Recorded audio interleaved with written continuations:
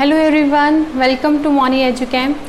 सो आज जो है बच्चों हम लोग अपना नई जो यूनिट है और you can say also our new topic, okay, so वो हम आज डिस्कस करेंगे। सो आज का जो हमारा टॉपिक है और कह सकते हो यूनिट, वो है हमारी केमिकल काइनेटिक्स। तो केमिकल काइनेटिक जो है हमारी 4th यूनिट है सिलेबस की, तो वो आज स्टार्ट करने जा रहे हैं। तो सबसे पहले कंटेंट देख लेते हैं कि क्या क्या हमें इस यूनिट के अंदर पढ़ना है, ठीक है। उसके बाद में क्या है हम अपनी यूनिट स्टार्ट करते हैं। तो केमिकल काइनेटिक्स जो है चैप्टर का नाम है।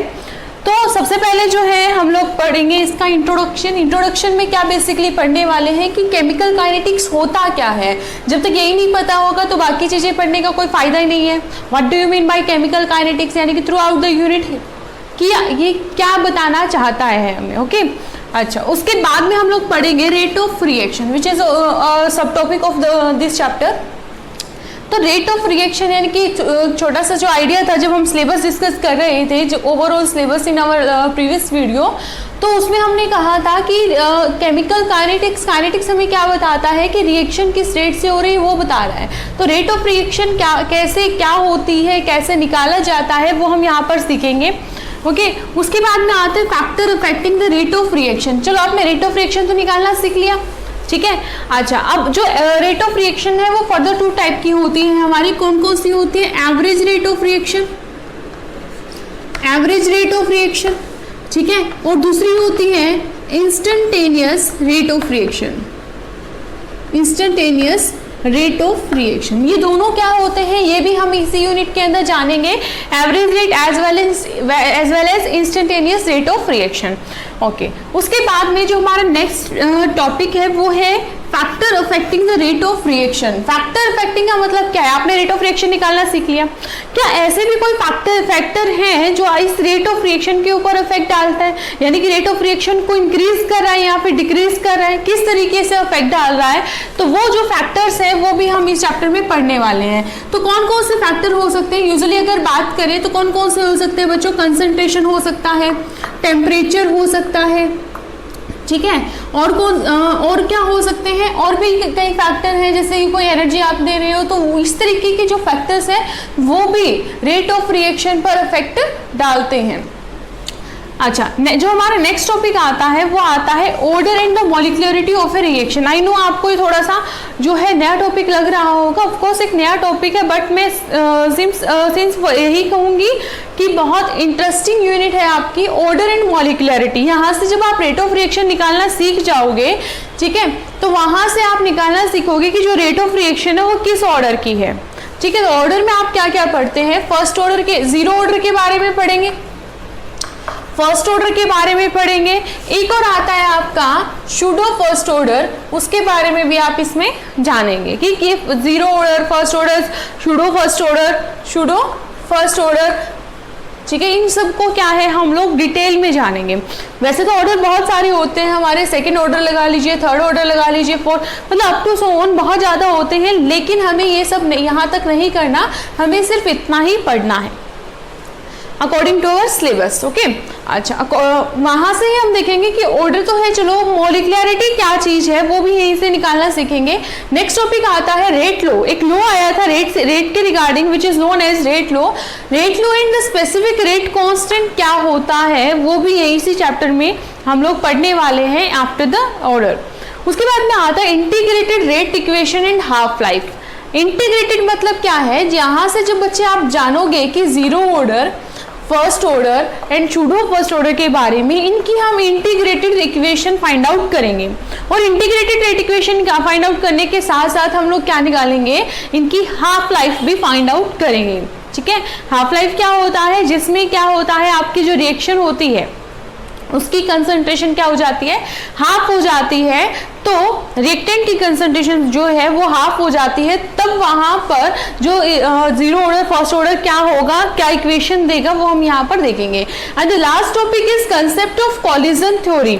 अब कोलिजन थ्योरी से आप क्या समझते हैं? कोलिजन थ्योरी का मतलब है कि जब मॉलिक्यूल्स आपस में, कोलिजन का मतलब आप समझते हैं कि कोई चीज आपस में क्या हो रही है? कोलाइड हो रही है, टकरा रही है। यानी कि जब मॉलिक्यूल्स आपस में कोलाइड करते हैं, कोलिजन होता है उनके बीच में, तो रिएक्शन के ऊपर क्या इफेक्ट पड़ता है कि कोलिजन का रिएक्शन में क्या रोल है, बहुत ज्यादा इंपॉर्टेंट रोल है। जब तक कोलिजन नहीं होगा तब तक तो आपका प्रोडक्ट फॉर्मेशन होगा ही नहीं, राइट। तो कोलिजन किस तरीके से होता है, कौन से इफेक्टिव कोलिजन होते हैं, कौन से इनइफेक्टिव कोलिजन होते हैं, वो सब यहाँ पर जानेंगे। और एनर्जी की कुछ टर्म्स है हमारे, लाइक एक्टिवेशन एनर्जी वगैरह, वो भी हम यहाँ पर जानेंगे। तो बेसिकली बच्चों क्या है, ये ओवरऑल हमें इस चैप्टर के अंदर पढ़ना है। तो आज जो हम पढ़ने वाले हैं, आज हम पढ़ेंगे इंट्रोडक्शन, ठीक है, चैप्टर का इंट्रोडक्शन लेंगे और साथ के साथ हम लोग क्या फाइंड आउट करेंगे, रेट ऑफ रिएक्शन भी निकालना सीखेंगे कि अगर आपको कोई रिएक्शन प्रोवाइड कर दी गई है तो आप उसकी रेट ऑफ रिएक्शन कैसे फाइंड आउट करेंगे। ओके, जो टाइप है, सब टाइप्स है, वो हम आगे पढ़ेंगे। लेकिन यहाँ आज जो हम पढ़ने वाले हैं, मैं बता रही हूँ कि आज हम पढ़ेंगे इंट्रोडक्शन की केमिकल काइनेटिक्स एक्चुअल में है क्या, and the second one is the how will you find the rate of a given reaction, किस तरीके से रेट फाइंड आउट की जाती है। Okay, so let's start our topic which is chemical kinetics। तो केमिकल काइनेटिक्स, तो एक छोटा सा जो इंट्रोडक्शन है वो अपने, ये जो नाम है यूनिट का, ये अपने आप में अपना इंट्रोडक्शन देता है। केमिकल काइनेटिक्स, केमिकल का मतलब क्या है, देखो हम केमिस्ट्री की टर्म में अगर बात करें कि अगर कहें कि केमिकल रिएक्शन कैसे होती है, केमिस्ट्री की टर्म में केमिकल रिएक्शन कैसे होती है, जब कोई सब्सटेंस यानी कि in the form of reactant, और वो सब्सटेंस जिसकी जो प्रॉपर्टी है वो वेल डिफाइंड हो। ऐसे थोड़ी कि हमें पता ही नहीं कि वो सब्सटेंस क्या है, ठीक है। अगर कोई सब्सटेंस जिसकी प्रॉपर्टी हमारे लिए वेल डिफाइंड हो, ठीक है, अब अगर वो किस में कन्वर्ट हो जाए, किसी अदर सब्सटेंस में कन्वर्ट हो जाए विद अदर प्रॉपर्टीज, और with you can say that with different properties, तो हम क्या कहते हैं कि कोई केमिकल रिएक्शन हुई है। दोबारा सुनिए, हम क्या कहते हैं, केमिकल रिएक्शन हुई है या नहीं, कैसे कहते हैं कि अगर कोई नॉन सब्सटेंस जिसकी प्रॉपर्टी नोन है वो किसी अदर सब्सटेंस में कन्वर्ट हो जाए, ठीक है, जिस विद डिफरेंट प्रॉपर्टीज, तो हम कहते हैं कि वहां पर कोई ना कोई केमिकल रिएक्शन हुई है। जस्ट टेक एन एग्जांपल, अगर मैं ये कह दूं that H2 plus O2, H2 plus O2 makes H2 after balancing we will get this, ठीक है। तो वाटर की हमने इक्वेशन देखी तो हमें हाइड्रोजन गैस जो है उसकी प्रॉपर्टी भी नोन है, ऑक्सीजन गैस जो है उसकी प्रॉपर्टी भी नोन है, दोनों गैसियस स्टेट में है, दोनों की प्रॉपर्टी हमें नोन है। उसके बाद में आफ्टर रिएक्टिंग क्या बना रहे हैं बच्चों, वाटर की फॉर्मेशन कर रहे हैं। तो हमें पता है कि जो वाटर की जो प्रॉपर्टी है वो हाइड्रोजन और ऑक्सीजन से क्या है, बिल्कुल डिफरेंट है, यानी कि आफ्टर रिएक्शन जो हमें प्रोडक्ट मिलता है वो रिएक्टेंट की प्रॉपर्टी से डिफरेंट होता है। तो चलो यहाँ पर हमें केमिकल रिएक्शन कैसे होती है ये सब तो डिस्कस नहीं करना, हमें डिस्कस क्या करना है। तो देखो, जब भी कोई केमिकल रिएक्शन होती है तो हमारे मन में, यानी कि जो साइंटिस्ट होते हैं उनके भी मन में कुछ क्वेश्चंस उठते हैं, वो किसी रिएक्शन को लेकर इसके बारे में और ज्यादा डिटेल में जानना चाहते हैं। वो लोग क्या जानना चाहते हैं किसी केमिकल रिएक्शन के बारे में, वो जानना चाहते हैं फिजिबिलिटी ऑफ द रिएक्शन, कि रिएक्शन आपकी फिजिबल है या नॉन फिजिबल है, ठीक है। सेकंड चीज वो क्या जानना चाहेंगे, सेकंड चीज जानना चाहेंगे वो कि जो इक्विलिब्रियम जो अटेन हो रहा है उससे पहले कितनी रिएक्शन का एक्सटेंट हुआ, that is extent of any reaction, extent of reaction before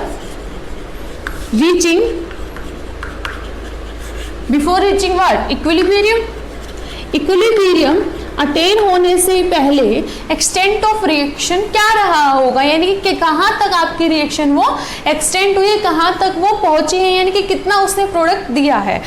और क्या जानना चाहेगा वो, और जानना चाहेगा that is how much time a reaction will take to complete, और we can say that how much a reaction will take time to achieve its equilibrium, ठीक है। तो स्पीड ऑफ केमिकल रिएक्शन बोल सकते हो आप यहाँ पर, स्पीड ऑफ केमिकल रिएक्शन, ठीक है, रिएक्शन टू अटेन इक्विलिब्रियम। यहाँ पर हमें इक्विलिब्रियम पर नहीं पहुंचना है, इक्विलिब्रियम पर पहुंचने के बाद हम वहां पर रिएक्शन नहीं पढ़ते, हमें पढ़ना है कि वहां तक क्या उसकी रिएक्शन रही होगी बिफोर रीचिंग इक्विलिब्रियम। ठीक है, आप स्पीड ऑफ केमिकल रिएक्शन बोल सकते हो, यहां से आप बोल सकते हो that time taken by chemical reaction, time taken by chemical reaction, और इसी को ही अदर वे में हम कहते हैं रेट ऑफ रिएक्शन। क्या कहते हैं बच्चों, इसी को हम क्या कहते हैं, रेट ऑफ रिएक्शन, की रिएक्शन के होने का रेट क्या रहा होगा। और यही जो है हमें पूरी यूनिट के अंदर दैट इज केमिकल काइनेटिक्स जो है वो इसीलिए बनाई गई। केमिकल काइनेटिक्स ओवरऑल हमें क्या बता रहा है, देखो फिजिबिलिटी ऑफ रिएक्शन ये हम लोग देख चुके हैं थर्मोडायनेमिक्स के अंदर कि आपकी जो रिएक्शन है वो फिजिबल है या नॉन फिजिबल है। एक्सटेंट ऑफ रिएक्शन हम लोग देख चुके हैं। हम लोगों को आज जानना है रेट ऑफ रिएक्शन, की रिएक्शन के होने की रेट क्या है। ओके, तो ओवरऑल अगर मैं कहूं दैट केमिकल काइनेटिक्स क्या है, that it is a branch of a physical chemistry. ठीक है, ये हम देख चुके थे, फिजिकल केमिस्ट्री का पार्ट है, ऑर्गेनिक केमिस्ट्री का पार्ट है। So it is a branch of it is a study of branch of physical chemistry in which we deal with the rate of a reaction. ठीक है, और we can say that the speed of any chemical reaction. तो chemical reaction की rate के बारे में जहां पर हम पढ़ते हैं। ओके, तो ये था केमिकल काइनेटिक्स। तो ऐसे ही क्या है बच्चों, अगर मैं बात करती हूँ, आप लोगों ने थर्मोडायनेमिक्स पढ़ी होगी प्रीवियस क्लास में, राइट। तो थर्मोडायनेमिक में आपने एक एग्जाम्पल पढ़ा था, वो एग्जाम्पल था आपका डायमंड का। क्या था, डायमंड का। उसमें आपने पढ़ा था दैट जो डायमंड होता है, जो डायमंड होता है आपका, वो किस में कन्वर्ट हो जाता है आफ्टर सर्टेन टाइम, ग्रेफाइट। किस में कन्वर्ट हो जाता है, आफ्टर सर्टेन टाइम ग्रेफाइट में कन्वर्ट हो जाता है। यानी कि हम लोग कहें कि अगर तो डायमंड है वो हमारे लिए वर्थलेस है। ठीक है, लेकिन मेन चीज ये है कि जो आपका ये क्या है, काफी स्लो प्रोसेस है। यानी कि जो डायमंड जो है वो ग्रेफाइट में कन्वर्ट तो हो जाता है, लेकिन ये थोड़ी है कि आपने आज डायमंड खरीदा और कल ग्रेफाइट में कन्वर्ट हो गया, ऐसा तो नहीं है। लेकिन जो डायमंड है वो ग्रेफाइट में कन्वर्ट होने के लिए काफी टाइम लेता है, लाइक 100 ईयर्स 200 ईयर्स, इससे ज्यादा भी ले सकता है। वो डिपेंड करता है आपके डायमंड के ऊपर, उसके स्ट्रक्चर के ऊपर। तो लेकिन ये कंफर्म है कि वो किस में कन्वर्ट हो जाता है, ग्रेफाइट में कन्वर्ट हो जाता है। इतनी बात आपको पता है। लेकिन ये भी पता है हमें कि the process of converting of diamond to graphite is a very slow process. भाई इतने साल लेगा तो हम बैठे थोड़ी हैं कि भाई हाँ डायमंड लिया, चलो देखते हैं कितना टाइम लेता है ग्रेफाइट में, हम तो बूढ़े होके मर भी जाएंगे तब भी वो ग्रेफाइट में कन्वर्ट नहीं होगा। यानी कि ये जो रिएक्शन है ये काफी स्लो रिएक्शन है। तो ये जो है ये अकॉर्डिंग टू अगर थर्मोडायनेमिक्स चलते हैं, थर्मोडायनेमिक्स के अकॉर्डिंग तो ये रिएक्शन हो रही है, क्योंकि थर्मोडायनेमिक्स सिर्फ स्टेबिलिटी के बारे में बात करता है, रिएक्शन के होने के बारे में बात करता है। लेकिन अगर मैं इसी रिएक्शन को केमिकल काइनेटिक्स के थ्रू देखूं, केमिकल काइनेटिक्स के थ्रू देखूं, तो क्या कहेंगे, देखो हम लोग क्या होते हैं, हम लोग जो ह्यूमन बींग्स हैं वो बहुत पेशेंस लेस होते हैं। हम लोगों के अंदर पेशेंस नहीं होता। ठीक है, हम लोगों को क्या चाहिए होता है, इंस्टेंट रिजल्ट चाहिए होता है। हम उसके बारे में बातें करते हैं, इतने 100-200 साल तक वेट नहीं होता हम लोगों से। तो ये अकॉर्डिंग टू थर्मोडायनेमिक्स तो ये रिएक्शन हो रही है। लेकिन अगर केमिकल काइनेटिक्स की बात करूं तो ये जो रिएक्शन है वो फेवर नहीं कर, केमिकल काइनेटिक्स इस रिएक्शन को फेवर नहीं करता। अगर कहें कि केमिकल काइनेटिक्स के अकॉर्डिंग क्या ये रिएक्शन हो रही है, नहीं हो रही है, क्योंकि केमिकल काइनेटिक्स क्या करता है, फास्ट रिएक्शन के बारे में बात करते हैं, यानी कि जिसका हमें प्रॉपर रिजल्ट मिले उस रिएक्शन के बारे में बेसिकली ये बात करता है। तो आई होप इतनी बात आपको क्लियर हुई होगी। तो ये क्या है, काफी स्लो प्रोसेस। इसके अलावा भी हम कुछ एग्जांपल ले सकते हैं। आप लोगों ने एक एग्जांपल सुना होगा सिल्वर नाइट्रेट और सोडियम क्लोराइड का, है ना। किसका एग्जांपल की बात कर रही हूं मैं, सिल्वर नाइट्रेट AgNO3, और इसकी रिएक्शन अगर मैं करवा दूं NaCl की, तो आप सभी को पता है कि क्या प्रोडक्ट मिलने वाला है। यहां से आपको डबल डिस्प्लेसमेंट रिएक्शन ऑब्वियसली, तो AgCl plus NaNO3, sodium nitrate और आपको सिल्वर क्लोराइड यहां पर मिलने वाला है। तो एक चीज आपको ये भी पता है कि यहां से जो आपका सिल्वर क्लोराइड है ये आपको क्या देता है, व्हाइट PPT देता है।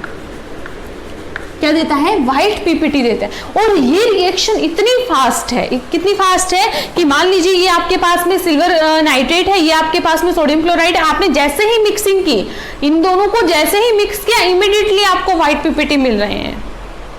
ठीक है, क्या मिल रहे हैं, इमीडिएटली व्हाइट क्या मिल रहे हैं बच्चों, आपको पीपीटी मिल रहे हैं। तो अगर मैं ये कहूं कि ये जो रिएक्शन है, क्या ये भी केमिकल काइनेटिक्स के अंडर आती है? तो जब ये जो रिएक्शन हुई, अगर इस रिएक्शन के होने के टाइम की मैं बात करूं, तो ये रिएक्शन होने में 10⁻⁻12 टू 10⁻⁻16 सेकेंड लेता है। ये रिएक्शन क्या थी, काफी स्लो थी। अगर इस रिएक्शन की बात करती हूँ तो ये रिएक्शन यानी कि आफ्टर मिक्सिंग अगर व्हाइट पीपीटी हमें दे रहे हैं, तो इस रिएक्शन में होने में कितना टाइम लगा, 10⁻⁻2 12 टू 10⁻⁻16 सेकेंड। तो ये जो रिएक्शन है ये क्या हो गई बच्चों, काफी फास्ट हो गई। ये रिएक्शन क्या हो गई, काफी फास्ट हो गई। इसके अलावा भी हमारे पास कुछ एग्जाम्पल है। एग्जाम्पल में आता है लाइक आपका इन्वर्जन ऑफ शुगर,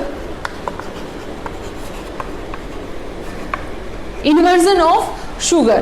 तो जी और भी कई तरीके के एग्जांपल्स हैं हमारे पास में। तो इस टाइप की जो हमारे पास रिएक्शन होती है बच्चों, ये क्या होती है, मॉडरेट रेट पे होती है। क्या होती है, काफी मॉडरेट रेट पर होती हैं, मतलब ये कुछ ज्यादा टाइम नहीं लेती है होने में, और ना ही मतलब बहुत स्पीडली रिएक्शन होती है। मतलब ये जो रिएक्शन है ना तो काफी स्लो है, ना ही काफी फास्ट है, तो मॉडरेट रेट होता है। तो अगर मैं बात करूं कि जो केमिकल काइनेटिक्स होती है, अगर मैं, तो वो क्या होनी चाहिए, लेस देन 1 मिनट होनी चाहिए। क्या होनी चाहिए, लेस देन 1 मिनट होना चाहिए। 0 to 1 मिनट तक की बात करें तो वो जो है आपका केमिकल काइनेटिक्स उसको डिफाइन करता है। और केमिकल काइनेटिक्स में हम इसी तरीके की जो रिएक्शन है उनको स्टडी करते हैं। तो आई होप इतनी जो बात है वो आपको क्लियर हुई होगी कि किस तरीके की रिएक्शन जो है हमें केमिकल काइनेटिक्स में स्टडी करनी है। तो किस तरीके, तो ये तो हमें पता चला कि केमिकल काइनेटिक्स जो है वो हमें किस चीज़ के बारे में बता रहा है। तो ये बेसिकली छोटा सा एक इंट्रोडक्शन था केमिकल काइनेटिक्स का। अब हम बात करते हैं हमारे फर्स्ट टॉपिक के बारे में इस चैप्टर के, which is rate of reaction.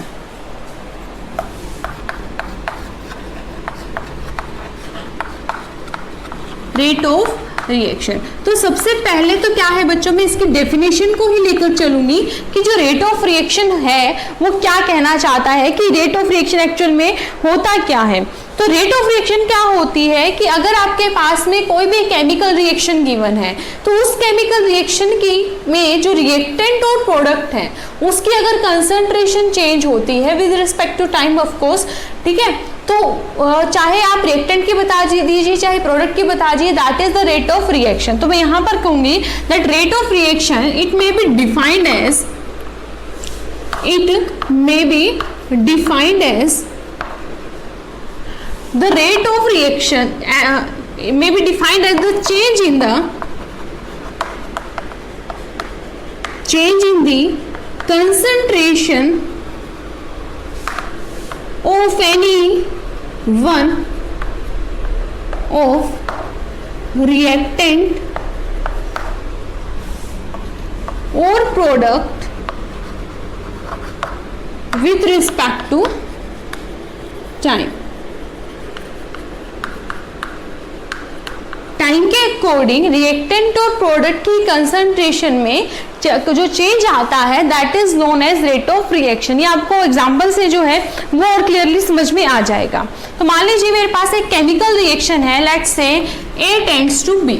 ये जो है मेरे पास कोई भी केमिकल रिएक्शन हो रही है, ठीक है। अच्छा, अब आपको पता है कि अगर इनिशियल स्टेज की बात करें, यानी कि जब आपके पास में सिर्फ क्या प्रेजेंट था, रिएक्टेंट प्रेजेंट था, तो इनिशियल स्टेज पे रिएक्टेंट क्या था, 100% था, और आपका जो प्रोडक्ट है वो तो बना ही नहीं था, प्रोडक्ट क्या था, 0 था। अब धीरे धीरे क्या हुआ, रिएक्शन स्टार्ट हुई। रिएक्शन अगर स्टार्ट हुई तो क्या होगा, रिएक्टेंट से प्रोडक्ट बनना स्टार्ट हो गया, रिएक्टेंट से प्रोडक्ट बनना स्टार्ट हो गया। तो अगर रिएक्टेंट से प्रोडक्ट बनना स्टार्ट हो गया तो रिएक्टेंट तो क्या होना शुरू हो जाएगा, कम होना शुरू हो जाएगा, और प्रोडक्ट इंक्रीज होना शुरू हो जाएगा। दोबारा सुनो, इनिशियल स्टेज पे ए आपका 100% था और बी क्या था, आपका 0% था। धीरे धीरे क्या हुआ, ए बी में कन्वर्ट होना शुरू हो गया। इनिशियली क्या हुआ, 10% बी की फॉर्मेशन हुई, तो ए कितना बचा होगा भाई, बना तो ए से है 90%, उसके बाद में ये 20%, तो ये 80%, ये 30%, तो ये 70%, ये 50%, तो ये भी 50%, ये 40%, तो ये 60%। तो ओवरऑल अगर हम बात करें तो जैसे जैसे रिएक्शन प्रोसीड हो रही है, जैसे जैसे आपको प्रोडक्ट मिलता जा रहा है, तो concentration of reactant decreases and the reaction concentration of B क्या हो रही है, इंक्रीजेस हो रही है, इंक्रीज हो रही है। ठीक है, तो यहां पर अगर मैं कहूं कि अगर जो रेट ऑफ रिएक्शन है वो किसके इक्वल होगी, रेट ऑफ रिएक्शन किसके इक्वल होगी, तो देखो एक चीज ध्यान दीजिएगा डेफिनेशन के अंदर ही कि जो ये किसको डिफाइन करता है, चाहे किसी को भी ले लीजिए, एनी वन किसका, ऑफ रिएक्टेंट और प्रोडक्ट। चेंज देखना है या तो रिएक्टेंट या प्रोडक्ट, किसी का भी देख सकते हैं। तो अगर मैं रिएक्टेंट का केस, यानी कि दो केस हो सकते हैं, आप रिएक्टेंट के अकॉर्डिंग रेट ऑफ रिएक्शन भी निकाल सकते हैं और प्रोडक्ट को उठा के भी रेट ऑफ रिएक्शन बता सकते हैं। तो अगर मैं rate of reaction according to reactant लेकर चलूं तो क्या कहूंगी, क्या कहूंगी बच्चे, decrease in the concentration of A, right, decrease in the concentration of A, in the concentration of A divided by क्या आ जाएगा, टाइम, यानी कि जो टाइम क्या है इन्होंने लिया है, that is time taken, time taken. और अगर मैं सेकेंड केस लेके चलती हूं कि प्रोडक्ट के अकॉर्डिंग हम रेट ऑफ रिएक्शन कैसे फाइंड आउट कर सकते हैं, that is rate of reaction हमें किसके थ्रू निकालना है, प्रोडक्ट के थ्रू निकालना है। तो प्रोडक्ट की कंसंट्रेशन क्या हो रही है with respect to time, increase हो रही है, तो मैं यहां पर कहूंगी that is increase in the concentration of B divided by क्या आ जाएगा, time taken, decrease in the concentration of A और you can say increase in the concentration of B with respect to time, that is the rate of reaction. ये से आप rate of reaction find out कर सकते हो। अब decrease in, कई बार क्या होता है, इसके जो रिलेटेड क्वेश्चन आते हैं यहाँ पर डिक्रीज और इंक्रीज की जगह वो कुछ नए वर्ड्स भी यूज करते हैं। नए वर्ड्स कौन कौन से होते हैं, डिक्रीज की जगह पर वो यूज करते हैं decomposition,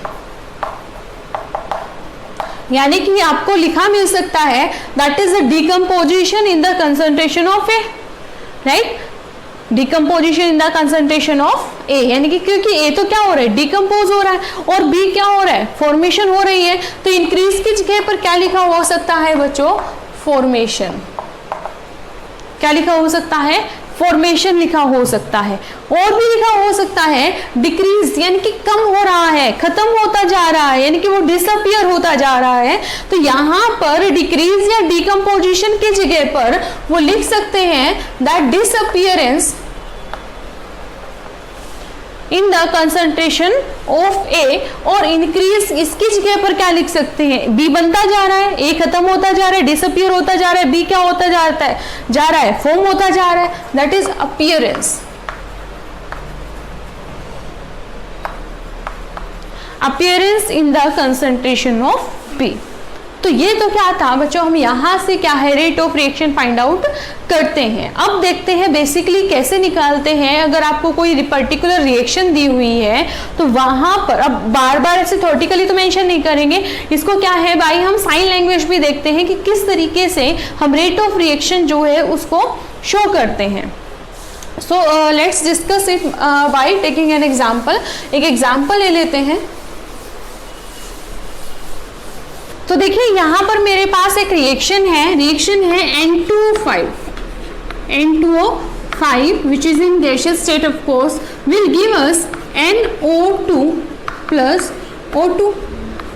This is also in gaseous state and this is also in gaseous state. Remember one thing, यहाँ पर आप जो भी केमिकल रिएक्शन लेंगे it should be balanced. आपकी जो केमिकल रिएक्शन आप लेकर चल रहे हैं वो क्या होनी चाहिए, बैलेंस्ड होनी चाहिए। तो when we balance this chemical reaction we will get 2 here and 4 here, 2 N2O5 and 4 NO2 plus में O2 आफ्टर बैलेंसिंग। ठीक है, तो अब देखिए कि हम किसी भी केमिकल रिएक्शन की रेट को कैसे मेंशन करते हैं।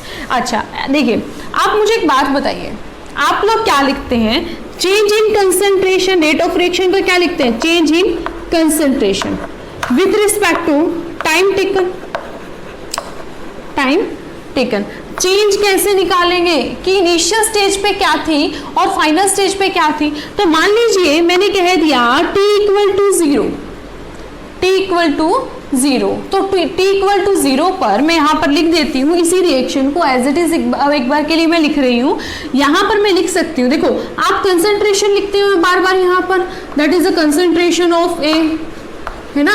तो कंसंट्रेशन ऑफ ए को आप कैसे मेंशन करते हो, इस तरीके से मेंशन करते हो। तो यहाँ पर हम स्क्वायर ब्रैकेट का यूज करेंगे and it shows the concentration of the respective elements.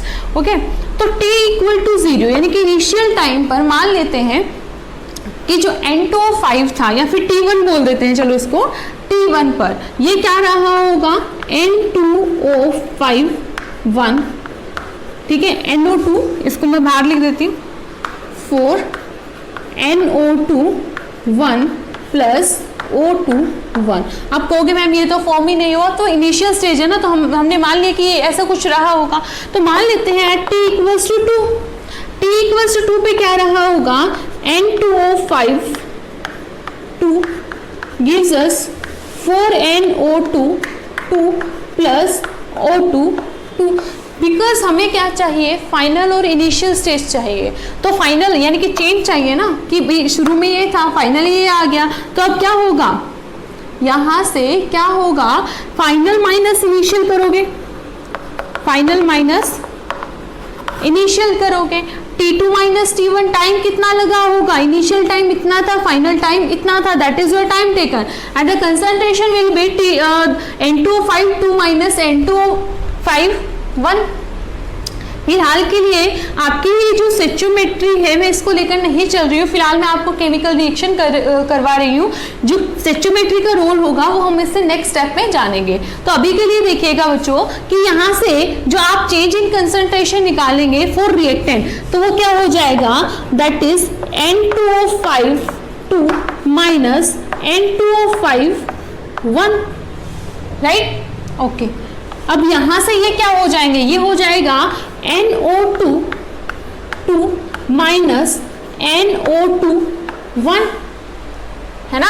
अच्छा, अब ये क्या हो गया, final minus initial, that is change, और चेंज को आप किससे रिप्रेजेंट करते हो, डेल्टा से, ठीक है। तो ऐसे ही आप इसको भी लिख के चल सकते हो, O2 को भी लिख सकते हो। अभी मैं इसको एरो से रिप्रेजेंट नहीं कर रही हूँ, पर्टिकुलर बता रही हूँ कि इनके अंदर चेंज कैसे बताएंगे।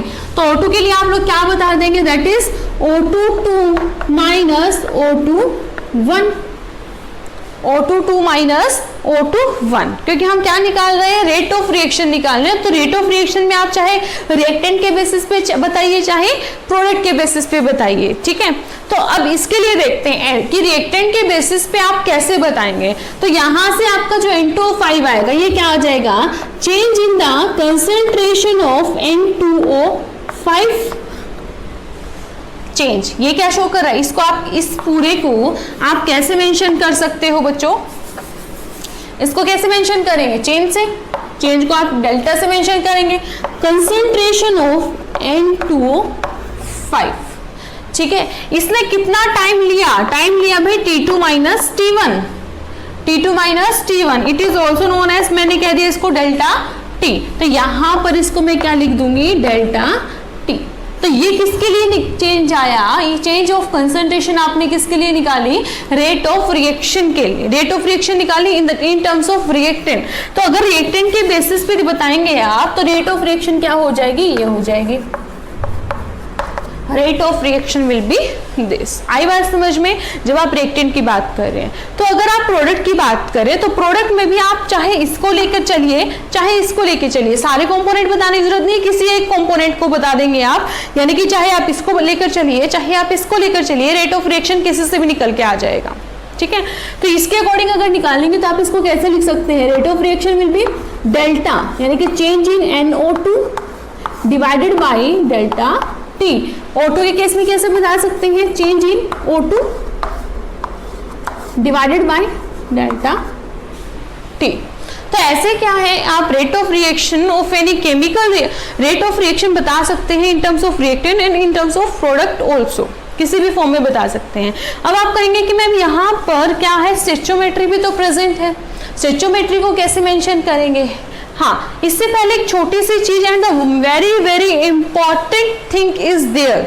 वो इंपॉर्टेंट थिंग यहाँ पर क्या है, देखो कि यहाँ पर क्या हो रहा है, बेसिकली जो कंसंट्रेशन है N2O5 वो क्या रिएक्टेंट की, तो वो रिएक्टेंट की जो कंसंट्रेशन है वो क्या हो रही है, डिक्रीज हो रही है। ठीक है, जब भी आप रिएक्टेंट की कंसंट्रेशन यानी कि रेट ऑफ रिएक्शन जब आप रिएक्टेंट की फॉर्म में बताते हैं तो यहाँ पर इसको हम माइनस साइन से रिप्रेजेंट करते हैं। अगर आप रेट ऑफ रिएक्शन प्रोडक्ट की फॉर्म में बता रहे हैं तो उसमें हम क्या यूज करते हैं, प्लस साइन का यूज करते हैं। And that thing is very very important, remember. Okay, मैंने क्या कहा, दोबारा सुनिए कि अगर आप रिएक्टेंट को मेंशन कर रहे हैं, रिएक्टेंट की कंसंट्रेशन को मेंशन कर रहे हैं, यानी कि rate of reaction in terms of reactant निकाल रहे हैं, तो वहां पर आपको माइनस साइन दिखाना पड़ेगा। और अगर आपने क्या दिखाया, NO2 के फॉर्म में बताया, तो आपको वहां पर प्लस, यानी कि प्रोडक्ट के फॉर्म में बता रहे हैं तो पॉजिटिव साइन मेंशन करना पड़ेगा। ठीक है, अब काफी लोग क्वेश्चन उठाते हैं कि मैम रिएक्टेंट के केस में ऐसा क्या हुआ कि नेगेटिव साइन आया और प्रोडक्ट के केस में क्या हुआ कि पॉजिटिव साइन आया, वो देखते हैं।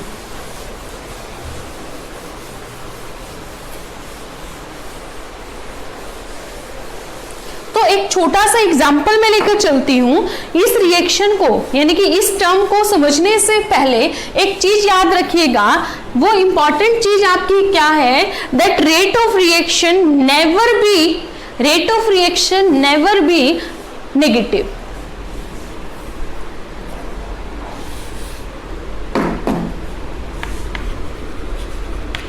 Rate of reaction never be negative.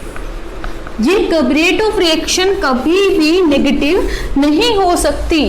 लेकिन अब आप कहेंगे कि मैम अभी तो आपने नेगेटिव लिखा, आपने क्या लिखा मैम, अभी आपने तो लिख दिया that rate of reaction in terms of, अगर हम क्या निकालते हैं, रिएक्टेंट की फॉर्म में निकालते हैं, तो आपने अभी हमें बताया कि रिएक्टेंट के टर्म में आपको क्या करना है, इधर नेगेटिव साइन लगाना है। और यहाँ पर आप बता रहे हैं कि जो रेट ऑफ रिएक्शन है वो कभी भी नेगेटिव नहीं हो सकता।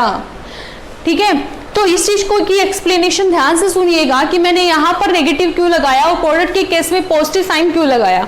कुछ बुक्स में लिखा भी हुआ है, देखो कई जगहों पर मेंशन ये है कि देखो रेट ऑफ रिएक्शन या फिर कंसंट्रेशन जो है, कंसंट्रेशन ऑफ जो रिएक्टेंट है वो डिक्रीज हो रही है, that's why reactant of concentration decrease हो रही है, दैट्स वाई हमने वहां पर नेगेटिव साइन लगाया। और प्रोडक्ट की जो कंसंट्रेशन है वो इंक्रीज हो रही है, इसलिए हमने वहां पर पॉजिटिव साइन लगाया। अब एक छोटे से एग्जांपल लेकर चलिए, लेट्स एज्यूम कर लीजिए कि जो N2O5 की जो कंसंट्रेशन है इनिशियल स्टेज पर 100% है, ठीक है, या फिर 100 लगा लीजिए, या फिर ये कह दीजिए लाइक 5 मोलर है। कंसंट्रेशन को मोलर की टर्म में पढ़ेंगे, ठीक है। तो मान लीजिए एट इनिशियल स्टेज T = 0 पर N2O5 का केस लेकर चल रही हूं मैं। चलो इसकी भी बात कर लीजिए, NO2 की भी बात कर लीजिए। जो NO2 की कंसंट्रेशन रही होगी वो क्या रही होगी, 0 मोलर रही होगी। मानते हैं इस बात को। अब एट पर्टिकुलर टाइम पर, किसी particular time let's say t time पर जो कंसंट्रेशन N2O5 की वो क्या होगी, ये तो क्लियर हो गया कि डिक्रीज होगी टाइम के साथ में। तो मान लीजिए 5 से कितने पे आ गया, 3 मोलर पर आ गया, ठीक है। और ये कितने पे आया होगा, इसकी कंसंट्रेशन क्या हुई होगी, इंक्रीज हुई होगी। मान लीजिए इसकी जो कंसंट्रेशन आई वो कितनी आ गई, 2 मोलर आ गई, या फिर 1 मोलर ले लीजिए। मान के चलते हैं हम लोग कि T = 0 पर जो 5, ये क्या है, इसकी कंसंट्रेशन 5 मोलर है और इसकी क्या है, 0 मोलर है। इसकी एट पर्टिकुलर टाइम पर रिएक्टेंट की कंसंट्रेशन क्या हो जाएगी, डिक्रीज हो जाएगी, और इसकी कंसंट्रेशन क्या हो जाएगी, इंक्रीज हो जाएगी। तो आप चेंज इन कंसंट्रेशन क्या निकाल रहे थे, फाइनल माइनस इनिशियल निकाल रहे थे। तो इसमें फाइनल माइनस इनिशियल कीजिएगा, क्या आ जाएगा, 3 - 5 डिवाइडेड बाई ये क्या आ जाएगा, T - 0, T - 0। और इसके लिए निकालिएगा क्या आ जाएगा, 1 - 0 final minus initial divided by क्या आ जाएगा, T - 0। ठीक है, तो अब देखिएगा बच्चों, जब आप इसको सॉल्व करते हैं then you will get -2/T, ठीक है। और इसको जब आप सॉल्व करेंगे that you will get 1/T। और ये आपने निकाली क्या है, change in concentration with respect to time, ये क्या है आपकी रेट ऑफ रिएक्शन। ठीक है, तो रेट ऑफ रिएक्शन आपने यहां से फाइंड आउट की और यहां पर आपकी जो रेट ऑफ रिएक्शन आई है वो कैसे आ गई, नेगेटिव आ गई। और अभी हमने पढ़ा था कि जो रेट ऑफ रिएक्शन है वो कभी भी नेगेटिव नहीं हो सकती। अब कहेंगे मैम क्यों नहीं नेगेटिव हो सकती, तो बच्चों ये तो नॉर्मल सी बात है कि कोई भी रिएक्शन हो, यहाँ तो क्या होगी, होगी ही नहीं, यहाँ तो कोई रिएक्शन होगी ही नहीं, होगी नहीं तो उसकी जो रेट होगी वो जीरो होगी ना, है ही नहीं, या फिर होगी तो कुछ पॉजिटिव में जाएगा, नेगेटिव में तो कोई चीज जा ही नहीं सकती है ना। तो जो रेट ऑफ रिएक्शन है कभी नेगेटिव नहीं हो सकती, और इसके अकॉर्डिंग तो हमारी जो रेट ऑफ रिएक्शन है वो नेगेटिव आ रही है। तो इस नेगेटिव साइन को कैंसिल करने के लिए हम लोग बाहर अपनी तरफ से क्या लगा देते हैं, नेगेटिव साइन लगा देते हैं।